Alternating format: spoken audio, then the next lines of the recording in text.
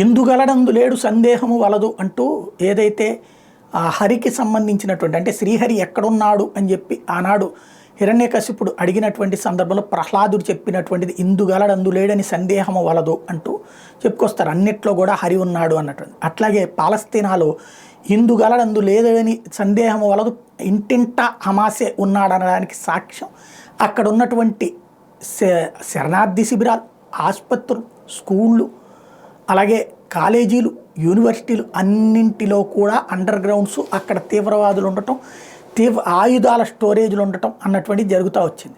తాజాగా గాజా యూనివర్సిటీని పేల్చి పడేసింది, పాలస్తీనా యూనివర్సిటీని పేల్చి అవతల పడేసింది ఇజ్రాయెల్. దీని మీద అమెరికా ఆగ్రహం వ్యక్తం చేసింది. మీరు చూపించేది, మీరు ఎందుకు విధ్వంసం చేశారు, ఆధారాలు చూపించండి, అక్కడ తీవ్రవాదం ఉన్నట్టు లేదా అక్కడ ఆయుధాలు ఉన్నట్టు అంటూ నోటీస్ ఇచ్చింది. A top Palestinian university was allegedly bombed by the Israeli military in southern Gaza.